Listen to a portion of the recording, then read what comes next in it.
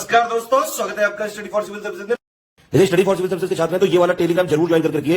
YouTube channel में हमारे साथ है तो भी ये वाला टेलीग्राम ज्वाइन करना बहुत ज्यादा जरूरी है। सारे नोटिफिकेशन, सारे अपडेट, सारे मोस्ट इंपोर्टेंट पिक्स, सारा रिवीजन सब कुछ यहाँ पे बताया जाता है। देखिए, इस फ्री जो इनिशिएटिव की पीडीएफ आपको सिर्फ पेड ग्रुप में मिल सकती है। हमारा पेड ग्रुप भी चल रहा है इस फ्री इनिशिएटिव के साथ साथ। वीडियो हमारे फ्री थे, फ्री है, फ्री रहेंगे हमेशा।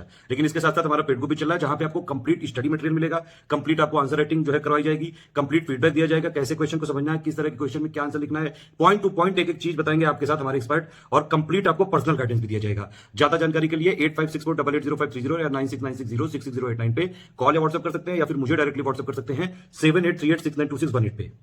Welcome to study for civil services. इसमें हम कवर करने वाले हैं BPSC mains previous year paper GS 2 के 47th और 46th जो एग्ज़ाम्स हुए थे बीपीएससी के, उसके जो क्वेश्चंस हैं जीएस 2 के वो डिस्कस करेंगे हम। इसको स्टार्ट करने से पहले मैं आपको बताना चाहूँगी कि आप स्टडी फॉर सिविल सर्विसेज के पेड ग्रुप से जुड़ सकते हैं। यहाँ पर UPSC, BPSC, UPPSC, UP triple SC, EPFO जैसे एग्ज़ाम्स के लिए टेस्ट सीरीज़ और कंप्लीट स्टडी मटेरियल दोनों के ही ऑप्शंस अवेलेबल हैं। आप हमें इन गिवन नंबर्स पर कॉल करके अधिक जानकारी प्राप्त कर सकते हैं। इसके साथ ही आप टेलीग्राम के माध्यम से भी हमसे जुड़ सकते हैं और यहाँ पर आपको चैनल से रिलेटेड सभी अपडेट्स ईजिली मिल जाएंगे। राइट, तो आइए अब हम स्टार्ट करते हैं अपने वीडियो के साथ। पहला क्वेश्चन है हमारा कि बिहार के विशेष संदर्भ में हमको राजनेता आपराधिक साठगांठ पर एक निबंध लिखना है, यानी कि पॉलिटिशियन क्रिमिनल नेक्सस पर। देखिए, पॉलिटिशियन क्रिमिनल नेक्सस जो है ये एक बहुत बड़ी समस्या है इंडिया में। अगर हम डेटा देखें तो डेटा से हमें पता चलता है कि 2004 में इंडिया में अगर एमपीज़ जो हैं उनमें लगभग 2004 में 30% के लगभग जो एमपीज़ थे वो उनका क्रिमिनल कनेक्शन था। ठीक है, उनके ऊपर क्रिमिनल केसेस थे एक्चुअली। और वहीं पर हम 2019 का अगर डेटा देखें, ये 2004 से 2019 पे 43% ऐसे एमपीज़ हैं जिनके ऊपर क्रिमिनल केसेस हैं। ठीक है, तो इस तरह से हमें पता चलता है कि कैसे क्राइम से रिलेटेड हैं हमारे यहाँ के राजनेता जो हैं। तो क्वेश्चन पर आते हैं। यहाँ पर बिहार के विशेष संदर्भ में बताना है हमको। तो कहा गया है अपराधियों और राजनेताओं के बीच साठगांठ के जो परिणाम स्वरूप राजनीतिक प्रणाली का क्या होता है, अपराधीकरण, इसमें क्रिमिनलाइजेशन आ जाता है। बिहार के जो नवनिर्वाचित विधायक हैं इनमें से 68% पर आपराधिक आरोप लंबित है, केसेस पेंडिंग है 68% विधायकों पर। एसोसिएशन फॉर डेमोक्रेटिक रिफॉर्म्स के द्वारा जो प्रकाशित की जाती है रिपोर्ट, उसके हिसाब से 2020 में 2015 की तुलना में आपराधिक जो रिकॉर्ड वाले उम्मीदवार हैं उनकी संख्या बढ़ी है। तो मतलब हम देख रहे हैं कि समय के साथ इनकी संख्या बढ़ रही है। इंडिया के एस्पेक्ट में भी हमने जो एमपीज़ का डेटा देखा उससे भी ये पता चलता है कि कैसे ये बढ़ रहा है। इसके रीजंस क्या हैं? रीजंस बहुत सारे हैं, तो कुछ रीजंस देख लेते हैं। सबसे पहले हो जाएगा राजनीतिक इच्छा शक्ति का अभाव है। कोई भी ऐसा लॉ नहीं है हमारे यहाँ जो ऐसे क्राइम से रिलेटेड पॉलिटिशियंस को रोके, क्योंकि जब वो खुद ही इन चीज़ों से जुड़े हुए हैं तो कौन इसको रोकेगा। तो पॉलिटिकल विल का अभाव दिखता है। प्रवर्तन, एनफोर्समेंट नहीं है। संकीर्ण स्वार्थ, सबके अपने अपने हित जुड़े हुए हैं। ठीक है, और स्नायु और धन शक्ति का उपयोग। आपको पता है पॉलिटिक्स में बहुत ज़्यादा पैसे की ज़रूरत होती है और क्रिमिनल्स के पास ही सबसे ज़्यादा पैसा ऐसा होता है। ठीक है, तो उनके पास पैसा होता है तो वो पॉलिटिक्स में आसानी से एंटर कर सकते हैं। एक कॉमन मैन के लिए पॉलिटिक्स को ज्वाइन करना काफ़ी मुश्किल है। इसका इफ़ेक्ट क्या है? इफ़ेक्ट ये होता है कि स्वतंत्र और निष्पक्ष चुनाव के जो लोकाचार होते हैं उसको कराने के खिलाफ है और लोकतंत्र में ये महत्वपूर्ण होते हैं। निष्पक्ष चुनाव और स्वतंत्र चुनाव जो है उसके अगेंस्ट ये क्रिमिनलाइजेशन ऑफ पॉलिटिक्स जो है वो दिखाई देती है, जबकि ये लोकतंत्र में काफ़ी इम्पोर्टेंट होते हैं। इसके अलावा बड़ी समस्या यह है कि कानून तोड़ने वाले ही अगर कानून बनाने लगेंगे तो जो हमारी लोकतांत्रिक प्रक्रिया है, डेमोक्रेटिक प्रोसेस जो है वो भी प्रभावित होता है। इससे चुनावों के दौरान और बाद में काले धन का प्रचलन भी बढ़ जाता है। ठीक है, ब्लैक मनी का सर्कुलेशन भी बढ़ जाता है। अधिक स्वतंत्र और निष्पक्ष चुनाव सुनिश्चित करने के लिए न्यायालय को गंभीर आपराधिक आरोपों के जो आरोपित हैं लोग उन पर प्रतिबंध लगाने के लिए कदम उठाने चाहिए। तो ऐसे कदम उठाने की आवश्यकता है। देखिए, तो ये हमने यहाँ पर प्रभाव देख लिए हैं और ये आवश्यक है कि ऐसी चीज़ों से निपटा जाए। इसके लिए काफ़ी बार प्रयास किए जा चुके हैं, काफ़ी कमिटीज़ का भी गठन किया जा चुका है। जैसे कमिटीज़ ने ये कहा है कि स्टेट फंडिंग हो, जो इलेक्शंस कंडक्ट करवाए जाते हैं अगर उसकी स्टेट फंडिंग होगी तो इलेक्शंस में उतना पैसा नहीं लगेगा तो जो ये क्रिमिनल और पॉलिटिकल सेंस नेक्सेस है वो नहीं होगा, क्योंकि फंडिंग किसके द्वारा होगी, स्टेट की। तो ये सारी दिए जा चुके हैं रिकमेंडेशंस, आप इनको वे फॉरवर्ड में मेंशन कर सकते हैं। दिनेश गोस्वामी और इंद्रजीत कमेटी ने ऐसे रिकमेंडेशन दिए थे स्टेट फंडिंग ऑफ इलेक्शंस, और इलेक्शन कमीशन जो है उसको और पावरफुल किया जा सके कि जो भी ऐसा इंसान है उसको वो डी रजिस्टर कर सके या किसी पॉलिटिकल पार्टी को डी रजिस्टर किया जा सके। और इसके साथ ही बिहेवियरल चेंज भी हम लिख सकते हैं वे फॉरवर्ड में, कि जो हम कॉमन मैन है उसके बिहेवियर में चेंज है, वो ऐसे लोगों को वोट ही ना करे, तो अपने आप से ये समस्या सॉल्व हो सकती है, राइट। तो इसके लिए इम्पॉर्टेंट है कि पॉलिटिकल पार्टीज स्टेप उठाएं और इंडियन सिटीजन्स भी इसके लिए अपनी तरफ से आगे बढ़ें। और यहाँ पर मैंने जो आपको स्टार्टिंग में डेटा बताया था उसमें एक थोड़ी सी मिस्टेक हो गई है। मैंने 2000 जो MPs का डेटा बताया था, 2004 में आपको 30% बताया था पॉलिटिकल, जिनके पॉलिटिशियंस के ऊपर, MPs के ऊपर क्रिमिनल केसेस थे, वो 24% था एक्चुअली। और 2009 में जो MPs थे उनके ऊपर क्रिमिनल केसेस 30% MPs के ऊपर क्रिमिनल केसेस थे। और 2019 का जो डेटा है उसमें 43% ऐसे MPs हैं जिनके ऊपर क्रिमिनल केसेस हैं। तो एक बार ये डेटा आप देख लीजिएगा, एग्जाम में काम आ सकता है लिखने के। फिर हम बढ़ते हैं दूसरे क्वेश्चन की तरफ। बात की गई है चुनाव लोकतंत्र के दिल की धड़कन की तरह हैं, यदि वे बहुत तेज़ी से या बहुत अनियमित रूप से होते हैं तो लोकतंत्र ध्वस्त हो जाता है। भारतीय राजनीति के संदर्भ में हमको मध्यावधि चुनावों पर विचार बताने हैं। देखिए, चुनावों का एक प्रोसेस है कि वो 5 साल में कंडक्ट होते हैं, लेकिन यदि हम देखें कि वो इतनी जल्दी जल्दी होने लगे तो वो उसमें इरेगुलरिटी दिखाई देती है, और डेमोक्रेसी में जो डेमोक्रेटिक वैल्यूज़ हैं वो भी इससे हतोत्साहित होती हैं, प्रभावित होती हैं। तो इस तरह से हमसे बेसिकली मध्यावधि जो बीच में चुनाव होते हैं उससे रिलेट पूछा गया है।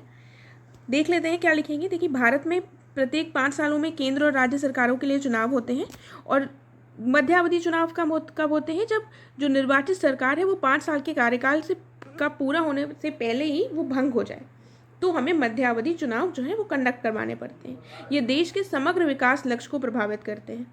ठीक है, क्यों प्रभावित करते हैं कि आपका एक 5 साल का टेन्योर है, आपको उसमें अपने स्टेट का या सेंट्रल गवर्नमेंट तो पूरे देश का डेवलपमेंट के लिए कार्य करना है, लेकिन यदि फिर वो प्रभावित हो गए तो बीच में सारे डेवलपमेंट जो कार्य हैं वो रुक जाएंगे और फिर से पूरा इलेक्शंस का आयोजन करवाना पड़ेगा, और इसमें भारी खर्चा भी होता है, ये हम सभी को पता है। लोकतांत्रिक मूल्यों में लोगों का विश्वास भी प्रभावित होता है कि उनको लगेगा बार बार इलेक्शंस हो रहे हैं तो उसकी वैल्यू जो है वो घट जाती है, और इसका प्रभाव हमको शेयर बाजार में भी देखने को मिलता है। जब अनस्टेबल होती है गवर्नमेंट, तो उसकी अनस्टेबिलिटी को देखकर शेयर बाजार भी प्रभावित होते हैं, और वो जो बाहर की कंपनीज वगैरह हैं वो अपना पैसा हटाने लगते हैं। उनको लगता है यहाँ की जो सरकार है वो उसमें अस्थायी है, तो उनको खतरा रहता है। उसके बाद कहा गया है हालांकि ये लोकतंत्र को मजबूत भी बनाता है। तो यहाँ पर आपको मध्यावधि चुनाव जो है उनके पॉजिटिव और नेगेटिव दोनों ही पॉइंट्स लिखने हैं कि क्या क्या इसके नेगेटिव है वो देख लिया। पॉजिटिव में ये है कि हम इसको, ये क्या बनाता है, लोकतंत्र को मजबूत बनाता है, क्योंकि अगर हम एक ही सरकार चलती रहेगी तो वो तानाशाह हो जाएगी, उसको लगेगा हमको कोई हटा ही नहीं सकता, तो वो तानाशाही जैसी उसमें गुण दिखाई देने लगेंगे, डिक्टेटरशिप जैसे। ठीक है, तो इस तरह से हमें पॉजिटिव भी कुछ लिखने हैं और नेगेटिव भी लिखने हैं। तो इसमें और कुछ पॉजिटिव पॉइंट्स जोड़ लीजिएगा कि तानाशाही के गुण नहीं होते हैं, और डेमोक्रेसी को और तेज़ करता है और प्रभावी बनाता है। ठीक है, और एक तरह से ये भी होगा कि लोगों की डेमोक्रेटिक वैल्यूज़ में जो आस्था है वो बढ़ेगी, क्योंकि उनको लगेगा कि अगर गवर्नमेंट अनस्टेबल है तो वो उसको हटा सकते हैं। ठीक है, तो इस तरह से कुछ पॉइंट्स हम ऐड कर सकते हैं। अतः ये हमारे नेताओं की जिम्मेदारी है कि वे एक स्थिर सरकार प्रदान करें और राष्ट्र के विकास के लिए काम करें। तो ये नेताओं की जिम्मेदारी है कि वो एक स्टेबल गवर्नमेंट प्रोवाइड करें, और ये मध्यावधि चुनाव की ज़रूरत ना ही पड़े तो बेहतर है। ठीक है, नेक्स्ट क्वेश्चन देखते हैं। कहा गया है कि आरक्षण का जो मुद्दा है ये राजनीतिक दलों के वोट बैंक के एकीकरण के अलावा कुछ भी नहीं है। आरक्षण के अलावा अन्य तरीकों से दलित वर्ग को सामाजिक न्याय प्रदान करने के लिए आप क्या सुझाव देते हैं। सबसे पहले तो आरक्षण बताना होगा। आरक्षण एक ऐसी प्रक्रिया है जिसके द्वारा ऐतिहासिक अन्याय का सामना करने वाले लोगों को शिक्षा, छात्रवृत्ति, नौकरियां आदि में सुविधा दी जाती है। आपको पता है आरक्षण। उसके बाद कहा गया है इसके पक्ष में क्या पॉइंट्स हैं। ये ऐतिहासिक जो अन्याय रहा है दलित वर्गों के साथ, जो भी पिछड़े वर्ग रहे हैं उनके साथ जो भी अन्याय हुआ है उसके अगेंस्ट हमें ये जो भी ऐसे वर्ग रहे हैं उनके लिए अच्छी चीज़ है। ठीक है, ये सभी के लिए एक स्तर का मैदान प्रदान करती है। जिन लोगों को उतनी अपॉर्चुनिटीज़ नहीं मिलती हैं उनके लिए एक प्लेटफॉर्म की तरह आरक्षण उनको अपॉर्चुनिटीज़ देता है। जाति आधारित आरक्षण ने उच्च और निम्न जातियों के बीच की जो खाई है उसको काफ़ी हद तक कम किया है। ठीक है, काफ़ी जो पिछड़े वर्ग के लोग हैं वो आरक्षण की सहायता से आगे बढ़ सके हैं। अब इसके विपक्ष में क्या पॉइंट्स हैं? विपक्ष में है कि ये सीमित और अल्पकालिक समाधान है। आरक्षण एक स्थायी समाधान नहीं देता है, हमको सभी विषमताओं का समाधान ये प्रदान नहीं करता है। कि जो हम देखते हैं कि आरक्षण के बाद भी जब लोग हायर पोस्ट में पहुंच जाते हैं तब भी उनके बीच में ये जो डिस्क्रिमिनेशन की भावनाएं हैं वो तब भी रहती है। तो एक तरह से ये एक पूर्ण समाधान हमें नहीं प्रोवाइड करता है। इसके लिए हम क्या सुझाव दे सकते हैं?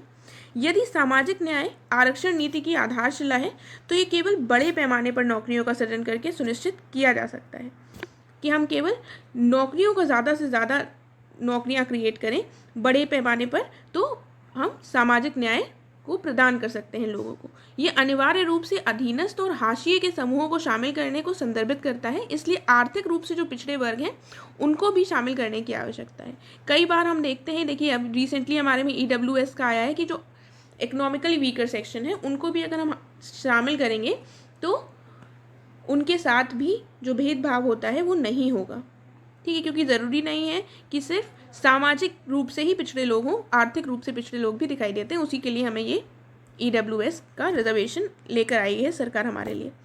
फिर है कि जो आरक्षित श्रेणी है उसको और उपयुक्त और उचित बनाया जाए तो जो लाभ है वो ज़्यादा लोगों तक पहुंच सकेगा। कई बार हम देखते हैं कि जो मेन बेनिफिशियरीज होने चाहिए उनको बेनिफिट नहीं मिल पाता है। सरकार और लोगों को दलित वर्गों के उत्थान के लिए मिलकर काम करने की ज़रूरत है।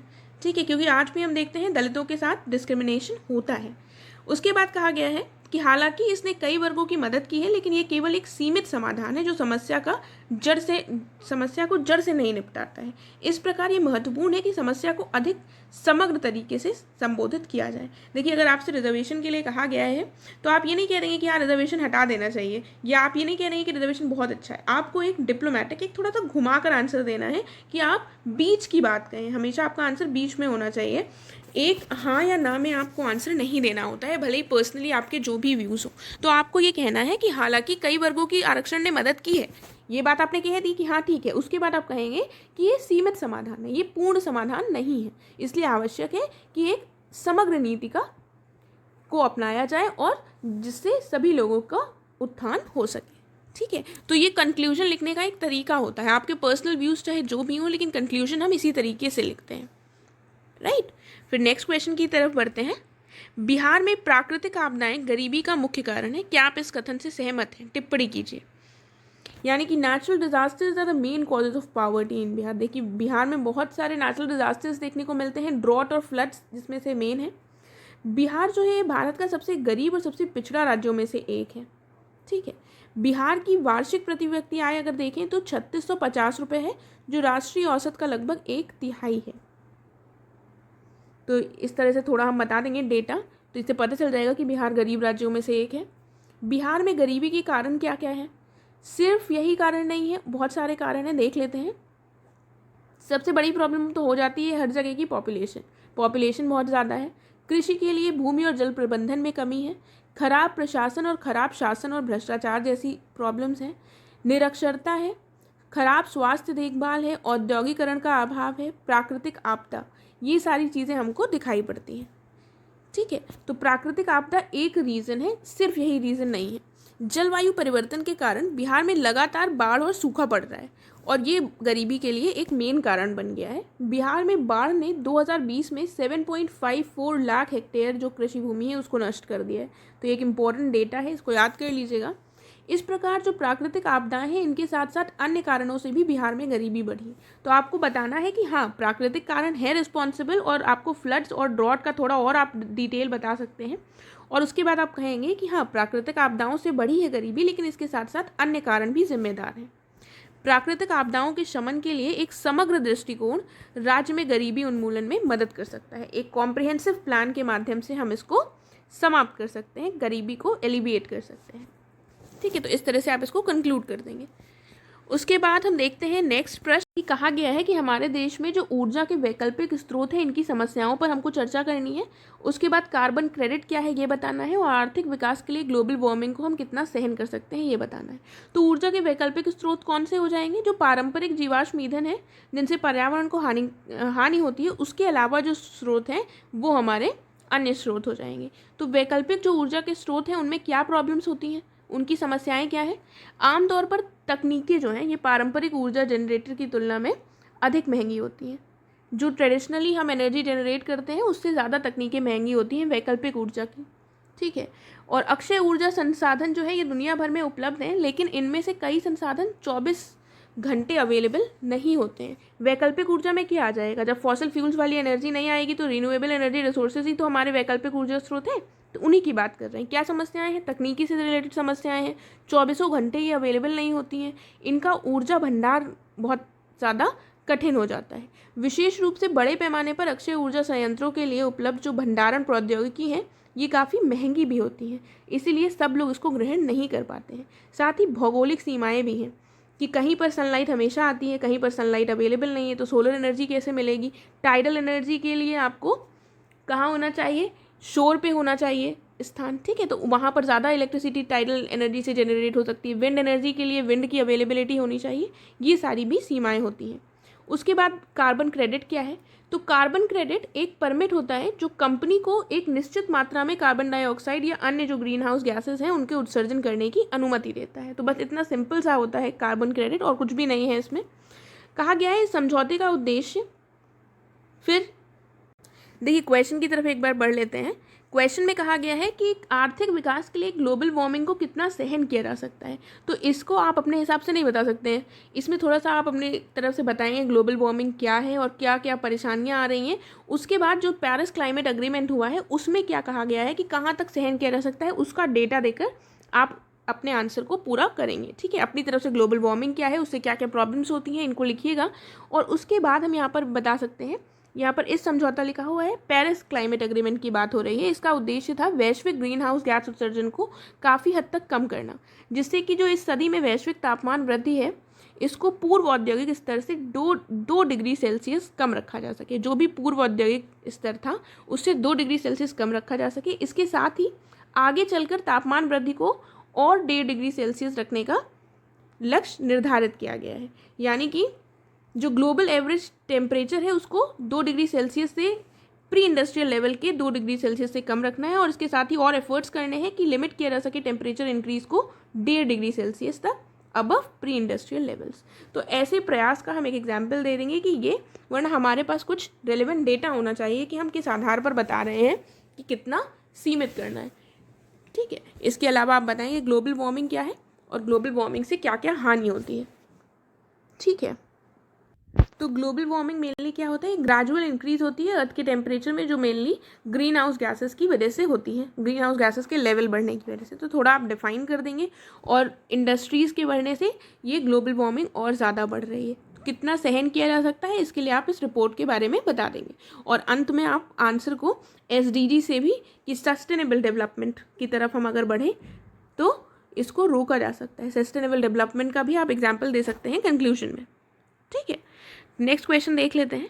कहा गया है हमारे देश में पर्यावरण प्रदूषण और आर्थिक विकास के संबंध पर चर्चा करनी है। पर्यावरण प्रदूषण और आर्थिक विकास यानी कि एनवायरमेंट पोल्यूशन और इकोनॉमिक डेवलपमेंट, ये प्रदर्शित करें कि तथाकथित विकास के लिए पर्यावरण संरक्षण कानूनों का त्याग करना विनाशकारी होगा। कि हम अगर ये कहें कि विकास की बात करें और पर्यावरण संरक्षण जो कानून है वो त्याग दें तो वो विनाशकारी होगा, बिल्कुल सही बात है। तो इसको हमको प्रदर्शित करना है। तो विकास और पर्यावरण एक ही सिक्के के 2 पहलू हैं, ठीक है। एक तरफ लोग उस वातावरण के बारे में चिंतित है जिसमें वे रहते हैं, जैसे ग्लोबल वार्मिंग, ग्रीन हाउस प्रभाव, वायु और जल प्रदूषण जैसे मुद्दे जो हैं ये आगे बढ़ चुके हैं और दिखाई दे रहे हैं आजकल। दूसरी तरफ हम देखें तो गरीबी को मिटाने और अर्थव्यवस्था में वृद्धि करने के लिए विकास की भी बात हो रही है। तो पर्यावरण के बिना विकास निरर्थक है। यदि पर्यावरण ही नहीं होगा तो विकास किस काम का? आज कोरोना के दौर में हम इतनी बड़ी महामारी से जूझ रहे हैं। ऐसी कंडीशन में हम सिर्फ पर्यावरण अगर हमारा बेहतर हो सकता और ऐसी कंडीशंस डिट्रॉइट ना होती, जो भी रीज़न है कोरोना के, हम उस पर नहीं जा रहे हैं, लेकिन वर्तमान में यदि हम देखें तो विकास हमारे लिए उतना मैटर नहीं करता जितना हमारे लिए लाइव्स मैटर करती हैं, जितना ये इम्पॉर्टेंट है कि हम सब लोग स्वस्थ रहें। तो इसीलिए वातावरण हमारा स्वस्थ रहे, वातावरण अच्छा रहे, ये ज़्यादा इम्पॉर्टेंट हो जाता है। पर्यावरण ही नहीं होगा तो विकास जो है वो कोई भी वैल्यू नहीं रखेगा। हमें अपनी भावी पीढ़ियों के लिए अपने संसाधनों को बचाने की आवश्यकता है ताकि वे स्वस्थ वातावरण में रह सकें, यानी कि सस्टेनेबल डेवलपमेंट की यहाँ पर फिर से बात हो रही है। सतत विकास, सतत विकास के बारे में आप ऐसे क्वेश्चन में ज़रूर मेंशन कीजिएगा, भावी पीढ़ियों के लिए जिसमें हम रिसोर्सेज को बचा सकें। और एग्जाम्पल दिया हुआ है कि केरला में भूस्खलन हुआ अनियमित आर्थिक विकास का ही ये परिणाम था, और अब तक हुई विकासात्मक प्रगति के लिए पर्यावरणीय गिरावट जो है ये अपरिवर्तनीय नुकसान को दर्शाने लगी है। हम इतना ज़्यादा आर्थिक विकास की तरफ बढ़ रहे हैं कि एनवायरमेंटल डिग्रेडेशन बढ़ता जा रहा है, जबकि ये इंपॉर्टेंट है कि हम बैलेंस रखें और सस्टेनेबल डेवलपमेंट की तरफ आगे बढ़ें। इस प्रकार पर्यावरण को नुकसान पहुँचाए बिना विकास लक्ष्यों को प्राप्त करने का प्रयास करना चाहिए। ये भी नहीं कहा जा सकता कि हम विकास ना करें, लेकिन एक बैलेंस्ड, एक कॉम्प्रिहेंसिव, होलिस्टिक अप्रोच के साथ आगे बढ़ने की आवश्यकता है। इसके साथ ही जो भी सरकार के द्वारा प्रयास किए गए हैं, ग्लोबल लेवल पर जो प्रयास किए जाते हैं, पेरिस क्लाइमेट एग्रीमेंट दे सकते हैं, सरकार के द्वारा जो भी प्रयास किए जाते हैं वो भी आप इसमें मेंशन कर सकते हैं। और इसके साथ और भी एग्जाम्पल्स दे सकते हैं, जैसे डैम्स हम बना देते हैं। टेहरी डैम प्रोजेक्ट बनाया गया था उत्तराखंड में, उससे कैसे एनवायरनमेंट के लिए खतरा है।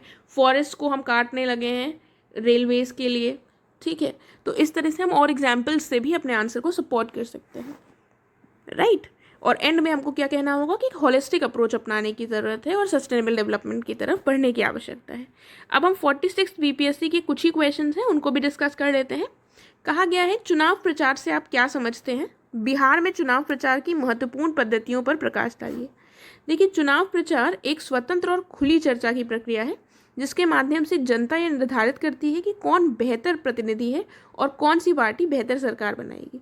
चुनाव प्रचार आप देखते रहते हैं, हाल ही में इलेक्शंस हुए हैं वेस्ट बंगाल और काफ़ी स्टेट्स के, तो आपने देखा है कि चुनाव प्रचार क्या होता है, ये निर्धारित किया जाता है कि कौन बेहतर प्रतिनिधि है और कौन सी पार्टी जो है वो सरकार बनाने के लायक है।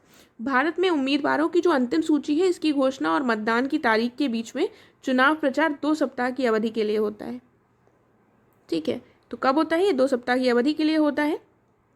इस अवधि के दौरान जो उम्मीदवार होते हैं ये अपने मतदाताओं से संपर्क करते हैं, राजनीतिक नेता चुनावी सभाओं को संबोधित करते हैं और राजनीतिक दल अपने समर्थकों को जुटाते हैं। कानूनों के जो लागू होने के साथ ही हमारे देश के सभी राजनीतिक दलों ने चुनाव अभियानों के लिए एक आदर्श आचार संहिता पर सहमति बनाई है। तो जो मॉडल कोड ऑफ कंडक्ट है इस पर सहमति बनाई गई है। इसको कोई भी लेजिस्लेटिव बैकिंग नहीं मिली है, मतलब ये किसी भी लॉ के अंतर्गत नहीं है मॉडल कोड ऑफ कंडक्ट, बस ये ऐसे ही नॉर्मली बनाया गया है पॉलिटिकल पार्टीज़ के कंट्रीब्यूशन के साथ। इसके अंतर्गत कोई भी लॉ नहीं है जो इसको इन्फोर्स किया जा सके, राइट। तो क्वेश्चन में जो पूछा गया है हमने उसको डिस्कस कर लिया है। देखिए, इसमें पूछा गया है बिहार में चुनाव प्रचार, तो इसको मैंने नहीं लिखा है, इसको डिस्कस कर लेते हैं इसके पॉइंट्स। तो कैसे ट्रेडिशनली कैसे होता रहा है, प्रिंट मीडिया के माध्यम से होता है, टीवी के माध्यम से एड्स दिए जाते हैं, रेडियो के माध्यम से डोर टू डोर कैंपेनिंग देखी जाती है, ठीक है। तो ये हो सकता है, और साथ में अभी तो हमें डिजिटल कैंपेन भी दिखाई देती है, सोशल मीडिया का यूज़ भी दिखाई देता है, तो उसको ही इसके रिलेशन में आप बिहार का एग्जाम्पल दे सकते हैं, राइट। ये हो गया। दूसरे क्वेश्चन को देख लेते हैं अब हम। भारतीय राजनीति में भाषा की भूमिका की विवेचना करनी है और बिहार में भाषाई अल्पसंख्यकों के लिए प्रावधानों का वर्णन भी करना है। तो भारत में का जो संविधान है इसके द्वारा किसी भी भाषा को राष्ट्रीय भाषा घोषित नहीं किया गया। ये एक इम्पॉर्टेंट पॉइंट है, हम कई बार कंफ्यूज हो जाते हैं और हिंदी को समझने लगते हैं, लेकिन कोई भी राष्ट्रीय भाषा नहीं है। भारतीय जो संविधान है इसकी 8वीं अनुसूची में 22 अनुसूचित भाषाओं की सूची है और भारत सरकार ने इन भाषाओं के विकास के लिए उपाय करने के लिए भी भारत सरकार बाध्य है, ठीक है। भाषाई आधार पर राज्यों की गठन की जो प्रक्रिया है वो 1953 में दिखाई देती है। आंध्र प्रदेश इससे स्थापित हुआ था। इसी के साथ भाषाई आधार पर राज्य स्थापित होने लगे थे। आंदोलन के परिणाम स्वरूप हम देखते हैं आंध्र प्रदेश स्थापित हुआ था और अन्य दक्षिणी राज्यों में भी भाषाई आंदोलन देखे गए हैं। पंजाब में अकालियों ने आरोप लगाया कि पंजाबी जो भाषी लोग हैं उनके साथ अन्याय किया जाता है, इसलिए उनको एक अलग राज्य की उन्होंने मांग की थी। ये ध्यान देने योग्य है कि भाषा ने अकेले दक्षिण की राजनीति को प्रभावित नहीं किया है, उत्तरी राज्यों में भी इसका महत्वपूर्ण रोल रहा है। इस प्रकार भाषा ने स्वतंत्रता के बाद से राजनीति में बहुत ही ज़्यादा महत्वपूर्ण भूमिका निभाई है। देखिए, बिहार में भाषाई अल्पसंख्यकों के लिए जो प्रावधान है उसमें हम कह सकते हैं कि अभी कुछ सालों पहले लिंग्विस्टिक माइनॉरिटीज़ ग्रीवेंस सेल बनाया गया था, स्थापित किया गया था बिहार में, तो ये एक इम्पॉर्टेंट स्टेप है। इसके अलावा Bihar state minorities commission act लाया गया था 1991 में। तो ये सारे प्रयास हैं जो किए गए हैं भाषाई अल्पसंख्यकों के लिए। ठीक है, इसमें भाषाई अल्पसंख्यक भी आ जाएंगे, राइट। तो इसको हम मेंशन कर देंगे। नेक्स्ट क्वेश्चन की तरफ बढ़ते हैं। इसमें बेसिकली जो पहला पार्ट था उसको हमने अच्छे से देख लिया है। नेक्स्ट क्वेश्चन की तरफ बढ़ते हैं। कहा गया है 73वें संवैधानिक संशोधन अधिनियम के मूल प्रावधानों का वर्णन करना है। तो ये बहुत ही इंपॉर्टेंट संविधान संशोधन है। भारत में स्थानीय जो स्वशासन है, स्व सरकारें हैं, उनको मजबूत करने के लिए 1992 में ये लाया गया था। इसके प्रावधान बहुत सारे हैं, जो इंपॉर्टेंट प्रोविजंस है वो हमने डिस्कस किए हैं। अगर आपको ये नहीं पता है तो इनको ध्यान से देख लीजिएगा, ये इंपॉर्टेंट हो जाते हैं, लर्न भी कर लीजिएगा। इस अधिनियम से क्या हुआ था, पंचायती राज जो संस्थान है उनको संवैधानिक कॉन्स्टिट्यूशनल बॉडीज़ का दर्जा दिया गया था। 243 खा जो आर्टिकल है, इसके तहत पंचायतों की स्थापना हर राज्य के लिए अनिवार्य कर दी गई थी। और 243G जो है आर्टिकल, इसमें राज्य सरकारों के लिए ये अनिवार्य करता है कि वे पंचायतों को शक्तियाँ, जिम्मेदारियाँ और अधिकार प्रदान करें, क्योंकि जो राज्य सरकारें हैं उन्हीं के अंतर्गत ये PRIs आते हैं, पंचायती राज इंस्टीट्यूट्स। ग्राम पंचायतों का कार्यकाल 5 वर्ष का रखा गया है और राज्य चुनाव आयोग ग्राम पंचायतों के स्वतंत्र चुनाव कराने के लिए स्थापित भी किए गए हैं। तो राज्य चुनाव आयोग जो है ये स्पेशली इन्हीं के लिए स्थापित किए गए हैं कि पंचायती राज के इलेक्शंस करवा सकें। अनुच्छेद 243D जो है ये महिलाओं और SC/ST के प्रतिनिधित्व की बात करता है। इसमें महिलाओं को 1/3 वो रिजर्वेशन भी दिया हुआ है और राज्य वित्त आयोग को भी नियुक्त किया गया है। तो यहाँ पर हमने कुछ इंपॉर्टेंट प्रोविजंस देख लिए हैं। इसको अगर आपको और भी पॉइंट्स याद आते हैं तो और भी इनको आप लिख सकते हैं। जो भी इसके मेजर पॉइंट्स हैं, प्रोविजंस, वो हमने यहाँ पर डिस्कस कर लिए हैं, राइट। फिर हम देखते हैं अगला क्वेश्चन। कहा गया है पेट्रोलियम और कोयले के उपयोग से वायु दूषित होती है, इस प्रदूषण को कैसे कम किया जा सकता है। तो ये हमें पता है पेट्रोलियम और कोयले के उपयोग से ही दूषित होती है। तो इसमें थोड़ा सा हम डेटा के साथ स्टार्ट कर सकते हैं अपना आंसर कि एक रिपोर्ट के अनुसार जो जीवाश्म ईंधन है इसके दोहन से होने वाली जो वायु प्रदूषण है, इससे भारत में 2018 में लगभग 2.5 मिलियन मौतें हुई थी, जो समय से पहले मौतें हो गई थी 2.5 मिलियन, सिर्फ जीवाश्म ईंधन के दहन करने से या इसके कंबस्शन से। ठीक है, प्रदूषण कम करने के क्या उपाय हो सकते हैं। सार्वजनिक परिवहन में हम सुधार करें, इलेक्ट्रॉनिक वाहनों का उपयोग करें, बिजली संयंत्रों और कारखानों पर उत्सर्जन हेतु विनियम लागू करें, प्रदूषणकारी उद्योगों के लिए नई प्रौद्योगिकी का विकल्प विकसित करें और सबसे इम्पोर्टेंट क्या है, रीन्यूएबल एनर्जी रिसोर्सेज का प्रयोग करें। ठीक है, तो ये ऐसे कुछ उपाय हैं। इसके साथ ही आप भी कुछ सोचिए, आपने पढ़ा हो और कौन से उपाय किए जा सकते हैं। बहुत सारे उपाय इसमें हो सकते हैं, बहुत सारे पॉइंट्स हम इनको दूर कर उपाय के रूप में प्रदूषण को कम करने या दूर करने के लिए लिख सकते हैं। ठीक है, तो आप भी अपनी तरफ से और पॉइंट्स सोचिए कि प्रदूषण को कैसे कम किया जाए, और अगर आपको कोई अच्छा पॉइंट याद आता है तो उसको कमेंट करके लिखिएगा। इसके साथ हमारा ये कंप्लीट हो गया है। आई होप मैंने सारे क्वेश्चंस डिस्कस कर लिए हैं जो भी इंपॉर्टेंट है। अगर आपको कुछ लग रहा है कि कुछ मिस आउट हो गया है तो आप उसको कमेंट करके पूछ सकते हैं, मैं कोशिश करूँगी आपका आंसर देने की। और इसके साथ ये कंप्लीट हुआ है। Thank you so much.